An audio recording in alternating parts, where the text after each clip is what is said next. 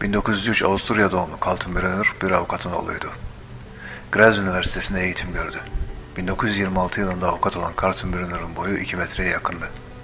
1932 yılında Avusturya'da Nazi Partisi'ne ve SS'e katıldı. Ocak 1934 yılında belediye konuşmacısı ve SS tümeni hukuk müşaviri oldu. 11 Eylül 1938'de ise Korgeneral rütbesine terfi etti. Bir süre yeni açılan Ösmark ölüm kampında komutanlık yaptı. Haziran 1942'de suikastla öldürülen Reinhard Henry'nin yerine general rütbesiyle atandı. Himmler'e göre zeki, yetenekli, dürüst ve emrinden çıkmayan Henry'nin yerine kendi yetkisine tehdit teşkil etmeyecek pek tanınmayan birisi atanmalıydı. Ve bu kişi de Kaltenbrunner oldu. Yüzünde gençliğinden kalan derin yara izleri olan Kaltenbrunner'ın mahkumlar arasındaki lakabı yaralı yüzdü. İmha kamplarındaki mahkumları öldürmenin farklı yöntemlerine kişisel ilgi göstermesiyle yaptığı işten zevk aldığını kısa zamanda kanıtladı. Yahudi sorununun nihai çözümü olarak adlandırdığı ve Avrupa'daki Yahudi nüfusuna karşı toptan soykırımın gerçekleştiği 6 milyondan fazla Yahudinin ölümüyle sonuçlanan emirlerin altına doğrudan imzasını attı. Kaltenbrunner acımasızlık konusunda şöhret sahibiydi. 1944'te Adolf Hitler'e karşı ünlü Temmuz suikast girişimlerine katılanları tutuklatmak ve sorgulamaktan yine kendisi sorumluydu. Bu onu iyice ön plana çıkarmıştı. Üstlendiği bu görevle artık Hitler'e doğrudan erişim kazanmıştı. SS subayları arasında Heinrich Himmler'in bile ondan çekindiği söylentileri dolaşıyordu.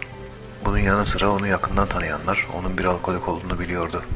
İkinci Dünya Savaşı sonunda Sovyet Kızıl Ordu'nun Almanya'ya çok yaklaştığı sırada askerlerine bütün toplama kamplarındaki esirlerin öldürülmesi ve güneye kaçılması emrini verdi. 12 Mayıs 1945 tarihinde Amerikalılar tarafından yakalandı ve tutuklandı. Nürnberg mahkemesinde yargılanan Kaltenbrunner tüm suçlamaları reddetti ve savunmasında işin vahametini anladıktan sonra Himmler'i ve hatta Hitler'i bile protesto ettiğini ve bundan hiç çekinmediğini söyledi. Yargıçlar tarafından kendisine "Madem durumdan rahatsızdın da neden istifa etmedin?" sorusuna "Ben durumu düzeltmeye çalıştım. Benim yerime gelecek kişi çok daha kötü olacaktı." cevabını verdi. Eldeki delillerle savunması arasındaki tezat onun bu konuşmasında çok da samimi olmadığını kanıtlıyordu. Toplama kampları kurmak, köle işçiliği ve toplu katliamlar yapmak suçundan suçlu bulundu ve 16 Ekim 1946 yılında asılarak idam edildi. Asılmadan önceki son sözleri ise "İyi şanslar Almanya" oldu.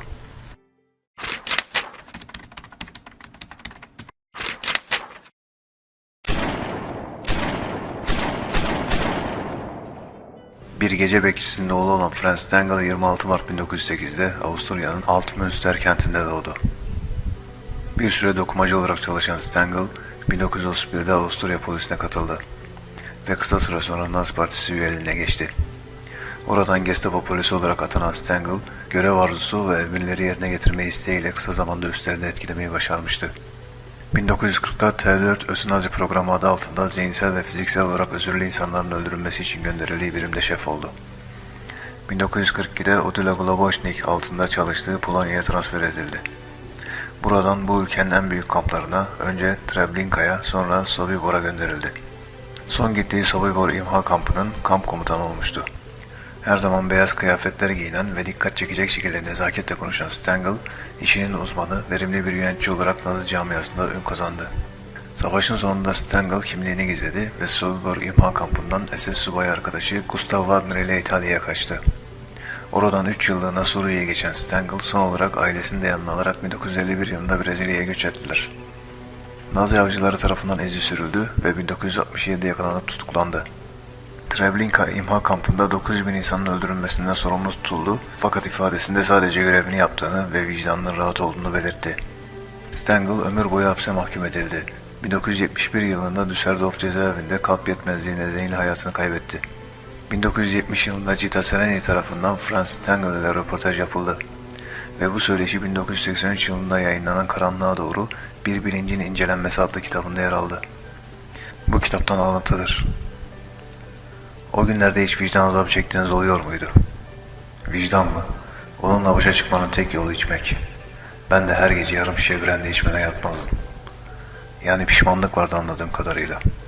Hayır, ben öyle bir şey söylemedim. Sadece kafamda düşünceler vardı. Ama onlarla savaşıyordum. Kendimi işime, çalışmaya ve tekrar çalışmaya konsantre ettim. Uzun bir süre konserve et yiyemedim. Bana bakan o büyük gözler hiçbir zaman aklımdan çıkmıyordu. Hala da öyle. Eldeki kanıtlara ve otoritelere göre onun eşliğinde 1 milyondan fazla insanın toplu mezarlara gömüldüğü tahmin ediliyor.